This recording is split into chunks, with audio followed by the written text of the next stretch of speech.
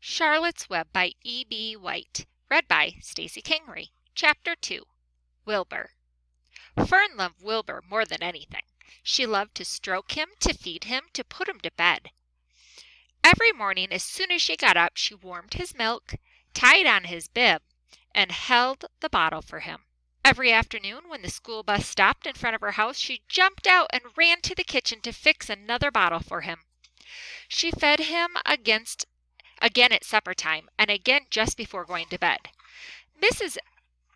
Arabelle gave him a feeding around noontime each day when Fern was away at school.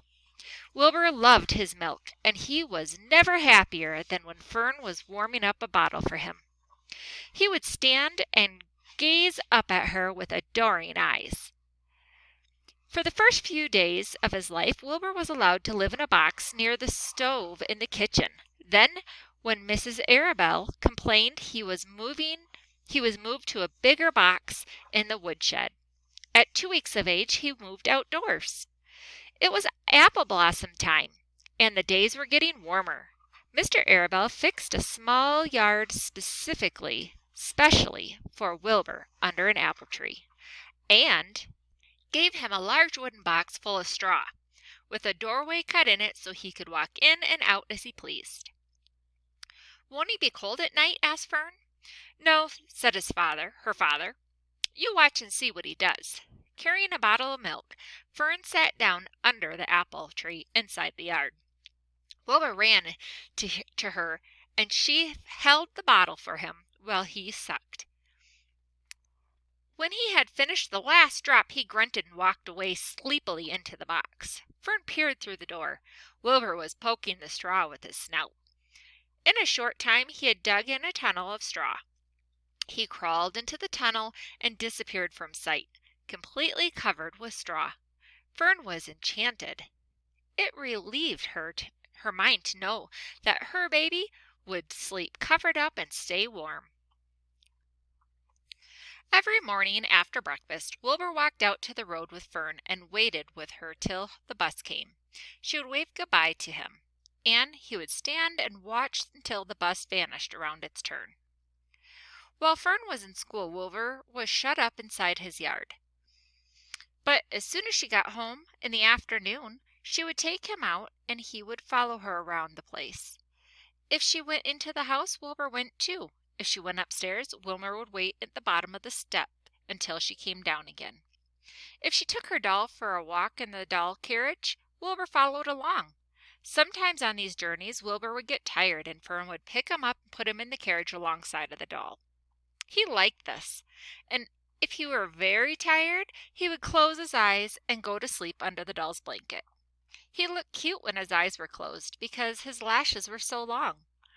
The doll would close her eyes too, and Fern would wheel the carriage very slowly and smoothly so as not to wake her infants. One warm afternoon, Fern and Avery put on bathing suits and went down to the brook for a swim. Wilbur tagged along at Fern's heels. When she waded into the brook, Wilbur waded with her. He found the water quite cold, too cold for his liking, so while the children swam and played and splashed at the water at each other, Wilbur amused himself in the mud along the edge of the brook where it was warm and moist and delightfully sticky and oozy. Every day was a happy day, and every night was peaceful. Wilbur was what farmers called a spring pig, which simply means he was born in springtime. When he was 5 weeks old, Mr. Arabelle said he was now big enough to sell and would have to be sold. Fern broke down and wept, but her father was firm about it. Wilbur's appetite had increased. He was beginning to eat scraps of food in addition to milk. Mr. Arabelle was not willing to provide for him any longer. He had already sold Wilbur's 10 brothers and sisters. He's got to go, Fern, he said. You had your fun raising a baby pig, but Wilbur is not a baby any longer, and he's got to be sold. Call up the Zuckermans, suggested Mrs. Arabelle to Fern.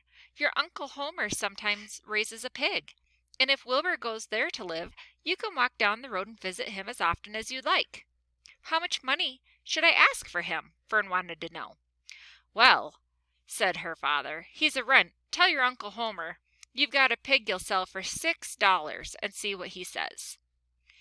It was soon arranged. Fern phoned and got her Aunt Edith, and her Aunt Edith hollered for Uncle Homer, and Uncle Homer came in from the barn and talked to Fern. When he heard that price was only $6, he said he would buy the pig. Next day, Wilbur was taken from his home under the apple tree and went to live in a manure pile in the cellar of Zuckerman's barn.